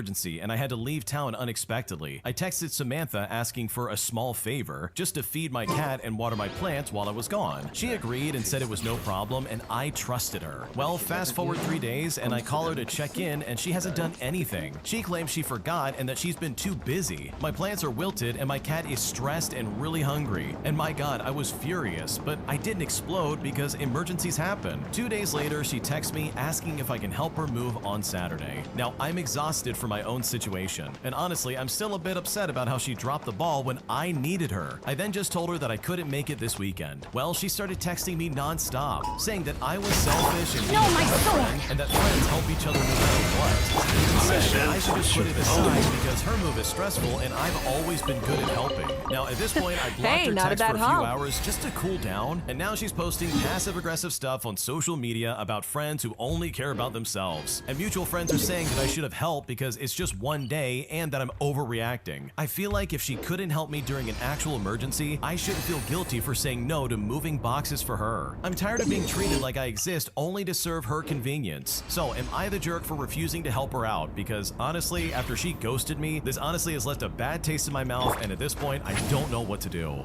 Okay, I want to say first and foremost that I've met people like this before, and I've even been friends with people like this before, and they are the worst. They literally are the most selfish people on planet Earth. It's mostly been on like the family side of things where they're like, oh, we're family, you have to help me out. But the second I ask them to come to bat for me, they're nowhere to be found. They don't show up for any kind of events in my life. They don't show up for anything going wrong. They're only there when they need something, and that is so annoying because they will butter you up like crazy. They'll say whatever they need to make sure you show up for them, despite the fact that they never showed up for you. And holy crap, this lady didn't feed your cat for 3 days. I would be so pissed off if someone did that to my pet. Like seriously, there is no good excuse for that. You do not put my pet at risk just because you forgot. And no, I don't believe that Samantha actually had an emergency. That's a load of garbage. So no, you're not the jerk. I personally would not help this friend out at all, and if her move really depends on whether or not you're there, then she's got bigger problems than anyone probably realizes. Because your attendance for this is absolutely not a make or break moment, and instead she's being a selfish jerk once again trying to get something out of you instead of actually being a good friend and showing up for you when it counts. Am I overreacting for getting pissed off at my boyfriend after he went behind my back and soundproofed my home office with dirty trash? Because right now I'm pissed and I seriously don't know what to do. Here's what's happening. Okay, so I've been complaining about the noise from the street lately because I work from home and I do a lot of Zoom calls. My boyfriend is currently between jobs and has been super into these life hack videos on Facebook and TikTok, and he always says that I waste money on professional stuff when he could do it for free. Anyways, I went to my parents for the weekends to help my mom with surgery prep, and I came back today just to try and surprise him. Well, when I walked into my office, the smell hit me first. It smells like old milk and stale cardboard. I turned on the light and I swear to you, I almost fainted. He has glued, like literally super glued, hundreds of egg cartons to my walls. And this is from the floor all the way to the ceiling. And these are not clean craft store not bad. ones. These are It's used all ones. yours. Like 50% of them have dried yolk stains and weird crust on them. He then comes running in beaming, looking so proud, asking if I know. This is so unfortunate because I guarantee you if they try to force you into a career that you don't want to do, chances are you're either going to burn out of school or you're probably going to quit and do something else. And I mean, sure, there's probably a situation here where it's like, yeah, I figured it out and I actually stuck it out and I kind of like it now. But from the sounds of it, you're not even sure if you want to be a doctor or not. So for them to be forcing that decision on you at such an early age is just really intrusive in my opinion. And it's not entirely fair for you. So yeah, I'm so sorry you're dealing with this, but hopefully things get better and you're able to go into something that you actually want to do. Because it's better to know right now that you don't want to be a doctor instead of looking up like 10 years later and you are a doctor and realize that you would rather be in any other career. I could imagine that would be way worse and I just would hate for that to happen to you. Am I overreacting for refusing to give up our bed just so my parents and in-laws can sleep in it? Because after I said no, they claim that they're offended and that apparently this is something I should have done from the very beginning. And honestly, I'm super pissed off and I don't know what to do. Here's a bit of context to explain how it started. Okay, so my husband and I have bought the house of my in-laws. And they did this because they wanted to move and live closer to my sister-in-law and How baby. dare you! We've changed out all the furniture, of course, and decided to turn the former children's rooms into offices. We also do not have a guest room and only have a pull-out sleeping couch. And both the in-laws and my parents slept on that couch before in our old flat. However, now when my in-laws come to visit, they refuse to sleep on the couch. They asked us to give up our bed for them instead. I was really offended by that, and so was my husband. I mean, it's our bed, our private space, and our home now, no longer theirs. And when they said this, it just appeared really entitled to me, especially since they come to visit for a house party when we have other guests involved. We announced to everyone that we didn't have space, and originally we didn't even want to offer them the couch because I have a friend I wanted to invite who can't afford a hotel room, so I promised them the couch already. My husband offered to move the friend to an air mattress so his parents could have the couch, but they demanded our bed. Now, I was quite passive-aggressive in my response and refused to give up the bed. I don't even want them to come at all with that attitude, except I know how bad it would look. So seriously, am I overreacting here? My parents claim giving your bed to your elder guest is a matter of respect and gratefulness, and they themselves were offended in the past when we didn't offer it. Like we should just always do it, period, and not just in this situation. They apparently prefer to go to a hotel over sleeping on the couch after trying it once. Except this is the first time I heard they felt that way. We got that couch specifically for guests, and yet it's apparently not accommodating enough. All of our friends are fine with it, but the parents have higher standards. And by the way, I have no problem if they want to stay in a hotel instead, but demanding our bed just rubs me the wrong way. It felt like they were still seeing it as their house and not ours, and not respecting our decision to not have a guest room. What should I do? Okay, the original poster has it 100% correct. This is weird. I don't care who you are not sleeping in my bed. Like, that's where I sleep, not where you sleep. So for them to be like, well, we always kind of expected you to give up your bed for us, and we're really offended that you're not doing it this time. Like, that's really weird and kind of out of left field. I don't know if there's some kind of like cultural difference going on here, but at least from where I come from, this is not a normal request. Diese versteckten Stellen sollte das Wasser eigentlich immer heilen. Eigentlich immer. Instead, we're gonna make you do it and we'll take your bed. And it's like, no, I Das ist ein don't think cooles so. I'm Easter not Egg, doing that. so eine Go heiße get a hotel Quelle if that überall. really bothers you that much. Wo die So no, Artefakte you're sind. not overreacting by being pissed off about Ja, this cool. because I would also be pretty upset as well. Because their request is weird and you should not be expected to adhere to it. An entitled Karen steals my breakfast on a cruise line, demanding that I give my Wo hat man breakfast denn over. so So I decide to maliciously comply by allowing her to eat it, despite the fact that I had packed that food full of hot sauce beforehand. And I've honestly never been happier to unintentionally give out revenge to anybody in my life. Here's what happened. Okay, so I was on a cruise, and it was the first morning of a 2-week trip to New Caledonia and back. Also, it was my first solo vacation. Now, I'm a chunky guy, and I do love a good buffet, but especially a breakfast buffet. It's the pinnacle of human civilization, and I think it's the greatest achievement of humanity. Anyways, this morning I attacked the buffet with everything that I have. And one small note, as it will be important later on, is that I'm vegetarian. I have been Something for to about add to my 30 years. collection. And no, I'm not pushy or judgmental about it. And nearly all my close friends eat meat, but it's just not my thing. So I got myself 2 plates loaded with food. I also noticed that the Mexican food station of the buffet had a wide variety of hot sauces. So as a man who likes his food a bit spicy, I thought I'd try just a little bit of everything. I found a table, I put my plates down, and then I ran off to get some coffee, some have water, a compulsion and some to orange follow juice. the And light. as you can probably tell, I wanted my first cruise breakfast to be as big and as epic as possible. Anyways, I come back 3 minutes later, and sitting at my table about to dig into my plate of food is the entitled Karen of this story. I look at her and I say, "Excuse me, ma'am, but that's my food. I literally just went to get coffee." She looks at me and says, "Could you let me have it? You're young and you can stand in line. I'm old and I can't get around well like I used to. I would appreciate it if you would let me eat your food." Now, this was my first day on a vacation, and I didn't want to mess it up by starting a fight with an old lady over free food. So you know what? I just let her have it. Also, I'm a bit of a germaphobe, and a person that I don't know had a knife and fork in my food, so I wasn't gonna eat it anyways. I looked at her and I said, "Okay, but I must warn you, I used a lot of hot sauces on that, so the food may be a little bit spicy." She looks at me and says, "That's okay. I've been around the world. I can handle spicy foods." And with that, I went back around hitting up all the different stations of the buffet, and this time filling up a single plate. As I'm in line for an omelet, the same entitled Karen comes up and starts ranting. She says to me, "Are you trying to unalive me? There were so many hot sauces in there. there. Your meal wasn't fit for human consumption. And why didn't you get any bacon? What kind of person doesn't have bacon for breakfast? She then kept complaining to literally anybody who would listen to her about how I was trying to take her out with the hot sauces, and how my food, I picked for myself by the way, was completely inedible for her. So I just grabbed my omelet and I found a new table. I felt bad all my other food was wasted, but thankfully this was a big ship, and I didn't have to deal with this entitled kid ever again. Okay, this story's hilarious to me because you literally got revenge on this lady without even meaning to.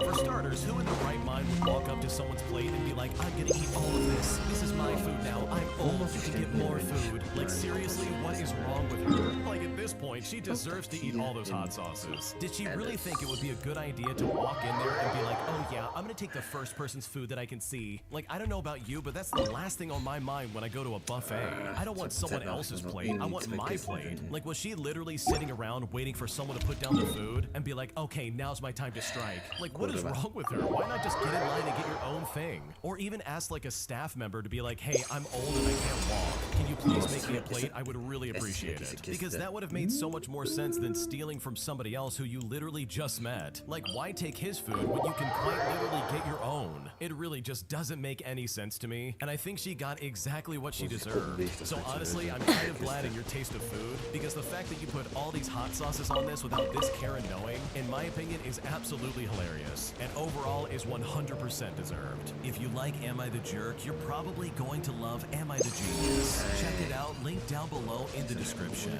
Also, go to amithejerk.com/submit if you would like to submit your own stories. Am I the jerk for telling my sister to stop expecting me to play baby daddy for her child? Because right now, I feel like she's asking way too much of me. And at this point, I seriously don't know what to do.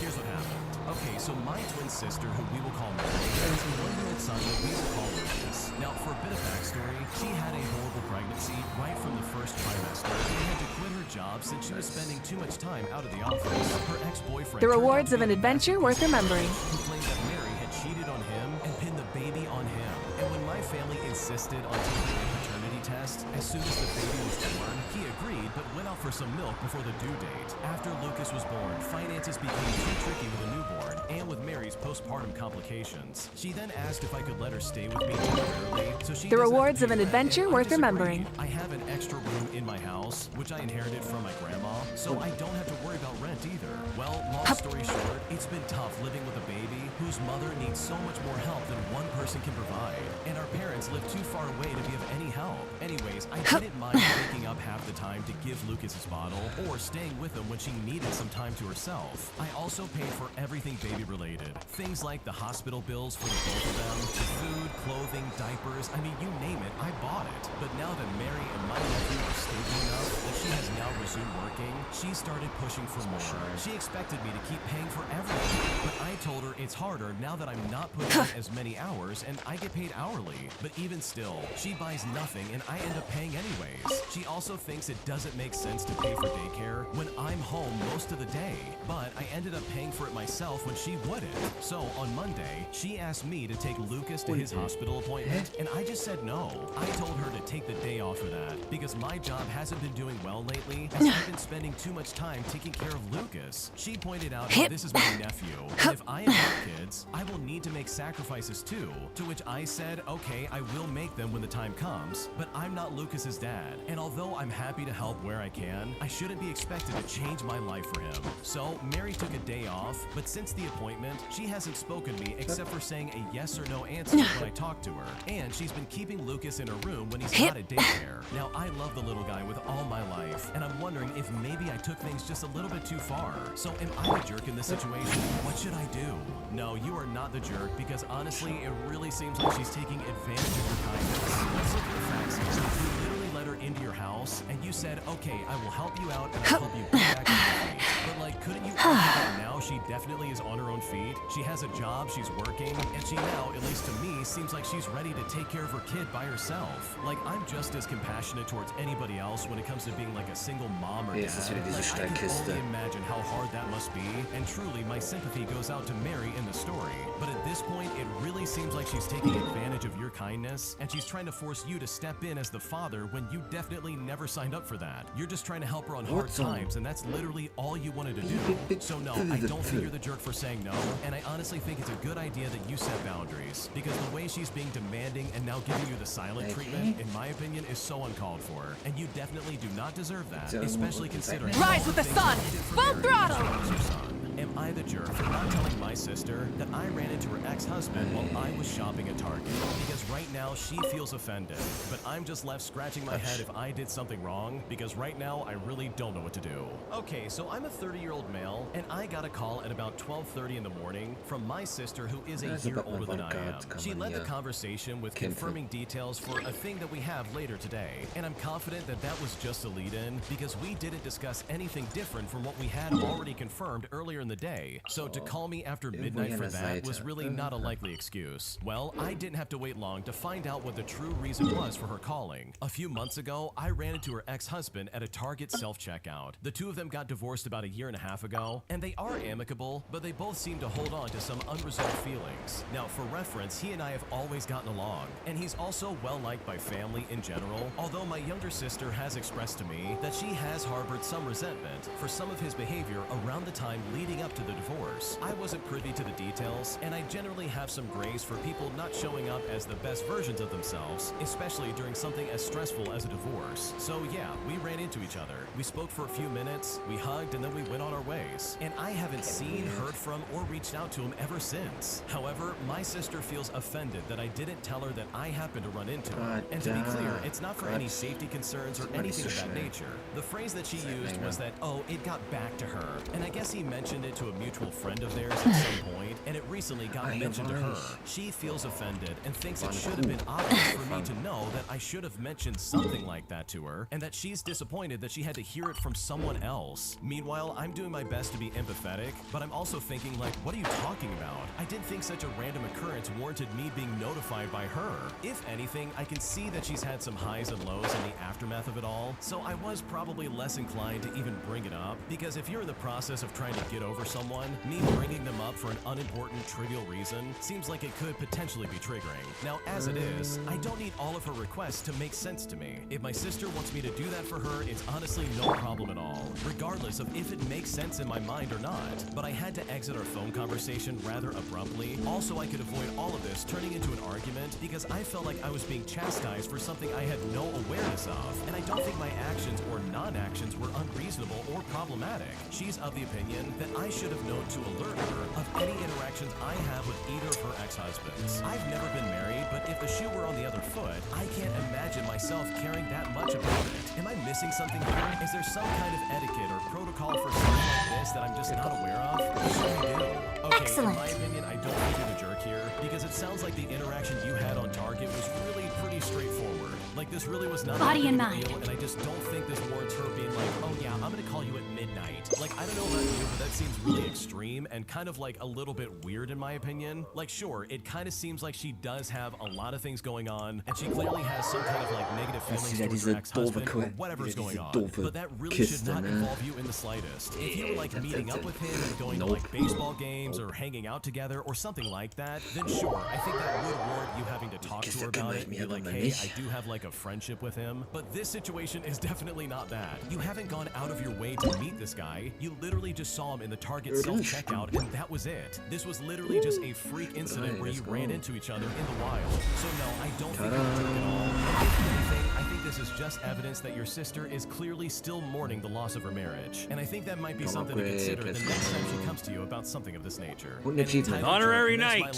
Thanks to you, this post's finally starting to look the part. Order from my company hasn't arrived when he wanted it to. So I decided to maliciously comply by throwing this guy a curveball in a way he will never forget. Here's what happened. Now, even if we're attacked while the whole camp's dead drunk, we'll be able to hold out till I sober up. By the time this story happened, Saw right through me.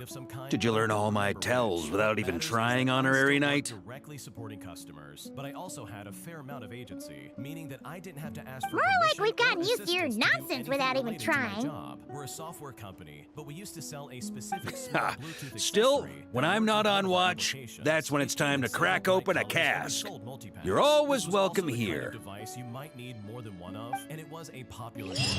Here during the Christmas season, our manufacturer furniture messed up gloriously. They didn't deliver all of the inventory we were supposed to get, and worse, much of what we did get was messed up and had serious defects on them. It was a horrible mess and a serious detriment to our small company, and I was on the front lines of cleaning it up. We wound up severely backward, having sold units that should have been delivered, but that we either never received or... So yeah, you are not overreacting. This guy's an idiot for doing this, because this didn't save you $500 on acoustic panels. If anything, it's probably gonna come doing, but especially with him using old egg carton, no, they do like a crappy job. If I wanted my room soundproofed, I would have asked you privileges if I don't. And the thing that really sucks the most is that I don't even know what I want to do after school, even if I dislike medicine, but I do know. We've changed out all the furniture, of course, and decided to turn the former children's rooms into offices. We also do not have a guest room and only have a pull-out sleeping couch. And both the in-laws and my parents slept on that couch before in our old flat. However, now when my in-laws come to visit, they refuse to sleep on the couch. They asked us to give up our bed for them instead. I was really offended by that, and so was my husband. It's our bed, our private space, and our home now. No longer theirs. I just feel really entitled, especially since they come to visit for a house party when we have other guests involved. We announced to everyone that we didn't have space, and originally we didn't even want to offer them the couch because I have a friend I wanted to invite who can't afford a hotel room. So I promised them the couch already. My husband offered to Even the fortifications are complete too. Any attackers, be they monsters or otherwise, will have a hard time overcoming our defenses now. The lighthouse has half a month's worth of fuel supplies, so even in the event of some massive wild hunt assault, we should be able to hold out until reinforcements arrive. And why didn't you get any bacon? Would list my table. Deal with this. Good idea. Right. To be like, hey, I'm old and I can't walk. Can you please make me a plate? I would really appreciate it. Because that would have made so much more sense than stealing from somebody else who you literally just It always pays to be prepared for the worst, you know? Either way, guess you can take a bit of a break now that it's all done. She got exactly what she deserved. So honestly, I'm kind and of that's why I'll be taking a trip home first. I mean, it's been a while since I've seen my old pops. In my opinion, is absolutely hilarious. And overall is 100% Paimon's gotten so used to seeing you here, she almost forgot you're actually from Pyramida. Check it out, link down below. Why don't you come along? If you wouldn't mind, I'd like to host you at our place. We've set up a food truck here, as per Paimon's suggestion, but cooking at home is more convenient all the same. Because right now, I feel like she's asking way too much of me. And you're at this in point, I luck. seriously don't know what to do. Paimon never Here's what says no to a Okay, tasty so my meal. twin sister, who we will call Mary, has a 1-year-old son that we will call Lucas. Now, for a bit of backstory, she had a horrible pregnancy. Ooh. Blackberry crumb cupcakes? Right from the Smoked first fish steak? trimester and had to Berries quit her and job fried since she was meat? spending And too much night time watch out of the soup? But since Ugh, the there's appointment, so much she hasn't here. spoken to me Almost except too being much, heard from or even for reached out to Paimon. ever since. However, my sister I feels made this offended according that to I the didn't amount tell we'd her usually that I cook for our happened to troops run at into her. dinner. And to be So, clear, it's not for any yeah, safety it concerns might or be a bit anything much of for that 3. nature. The phrase that she No used worries was though, that, oh, just it take your got time. back to her. I'll need And to I go guess see he my old mentioned it pops to in a a bit, mutual friend so of feel theirs free to at stay some until point, evening. and it recently got mentioned to her. She feels offended Okay, and sorry, thinks ich it glaub, should have da been war ich obvious dabei. for me Of to know course. that I should have That goes mentioned without something like saying. that to her, and that Can't she's just let a good disappointed that friend's she had to efforts hear go it to from waste. someone else. Meanwhile, Still, I'm doing my best Paimon didn't expect you to be such a good cook either, Eatloa. Well, I did cook for everyone a lot before taking up my current post. It's just that I haven't had the time recently. The people of Pyramida come from every corner of the world, so there's a wide variety of palates to cater for. In other words, it pays to dabble. But since I'm not yet familiar with your preferences, I just made a bit of everything. If there's anything here you particularly like, don't hesitate to say so. There's no need for flattery. If anything, that just makes me want to find the dish you'll like the most even more. People can say what they want, but the look on someone's face when they eat something they enjoy never lies. As far as I'm concerned, nothing makes me happier than seeing people happy. And whether as a lightkeeper or a chef, I'll do whatever it takes to keep them smiling.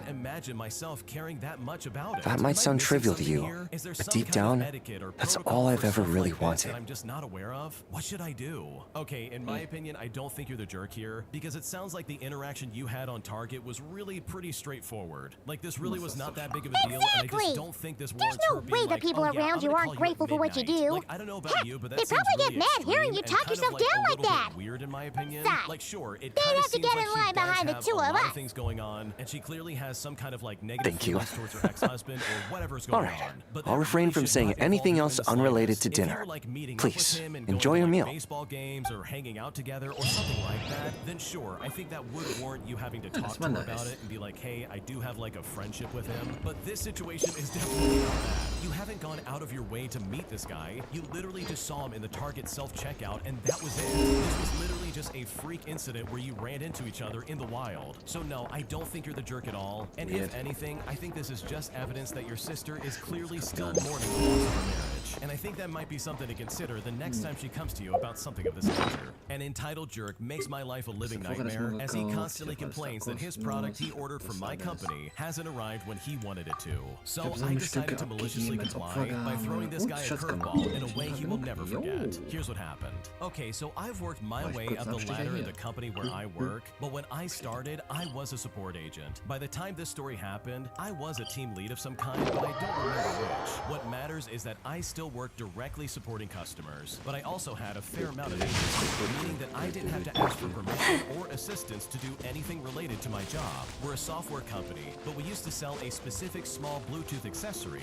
that worked with one of our applications. It came in several bright colors, and we sold multi-packs. This was also the kind of device you might need more than one of, and it was a popular gift. One year during the Christmas season, our manufacturer messed up gloriously. They didn't deliver all of the inventory we were supposed to get, and worse, much of what we did get was messed up and had serious defects on them. It was a horrible mess and a serious detriment to our small company, and I was on the front lines of cleaning it up. We wound up severely backordered at the busiest time of year, having sold units that should have been delivered, but that we either never received or found to be defective upon arrival. We had to contact people and let them know their orders would be delayed until after the holidays. Some people wanted refunds and other people wanted their items late. We tried to be helpful and bent over backwards to be apologetic, all while trying to keep this debacle from becoming a catastrophe and incentivizing people not to cancel. There was one man who wanted us to perform magic, however. He wanted his order, our largest multi-pack, and he wanted it now. I don't know how many times he contacted us, but I wound up being the only one to deal with him because he would always be escalated to me. I told him over and over again that we couldn't send his order even though we very much wanted to, so we'd be happy to just refund him. If he wanted to wait, there were many others ahead of him to get their orders. Well, he demanded that he get his order done first, and he didn't really care about anyone else that had to wait. He would berate me and try to literally command me to do as he said almost daily for a while. And this is all no matter how many times I explained why I literally couldn't. Eventually, I opened the spreadsheet where we were keeping our back orders, and I moved him to the very bottom. And sure, I was prolonging my own suffering, but this guy had me feeling very petty. After the holidays ended and upper management waged a nuclear war with our manufacturer, the usable stock started rolling in. I bumped a few deserving or eager customers to the top of the list, but mostly I sent them out to order. This guy is the only one I bumped down, but I had something ready for the next time he decided to scream at me. When he inevitably did, I told him we had stock, but others were receiving theirs first, and we had not yet gotten the colors he ordered in his multi-pack. Now, I was sort of planning to do what I did anyways, but he was kind enough to give me explicit permission. He then screamed at me, "I don't care what colors you send. You're gonna send them to me immediately." And you know what? One of our colors included Susan G. Komen pink. The customer was gloriously smug and condescending when I told him we'd go ahead and fulfill his order right away. He definitely thought he had won some kind of victory, but sure enough, the day his package arrived, he sent me an email complaining about all of it. He said to me, "I know I said I'd accept any color, but really? You sent me, a man, an order of nothing but pink? I want these replaced. Send me something else." Well, I told him that's all we had available for him, and that conversation was over. And so, as it was, I never heard from this guy ever again. It took a few years before I brought it up, but I told that anecdote at workplace meetings a few times, including to my boss, the CEO. And I wouldn't take another support job to save an orphan puppy on Earth, but that story was absolutely worth the misery. Yeah, that guy was super demanding and incredibly rude. Seriously, all you have to do is show some semblance of kindness, and in my opinion, a lot of customer service people would probably be be more than willing to help you out. At least that's how I felt when I worked those kinds of jobs. It's the people that were like really pushy and rude and condescending towards me that left me with a bad taste in my mouth and very resistant to ever helping them ever again. Like seriously, show me some semblance of like decency and like human kindness, and I will go a long way just to make sure you get what you need. But if you're mean and rude and treat me like dirt, or even act like you're like above me and I'm somehow your slave, like that's the fast track to me ignoring your request and literally putting you at the bottom of the list like this guy did. And for the record, no, I don't think that was petty. I think that's karma working its magic. Not to mention the fact that you gave him the brightest pink color he could possibly ever not want. So good for you for getting back at this guy in the way that you did, because his attitude absolutely deserved to get shut down. Am I the jerk for not giving my stepsister my great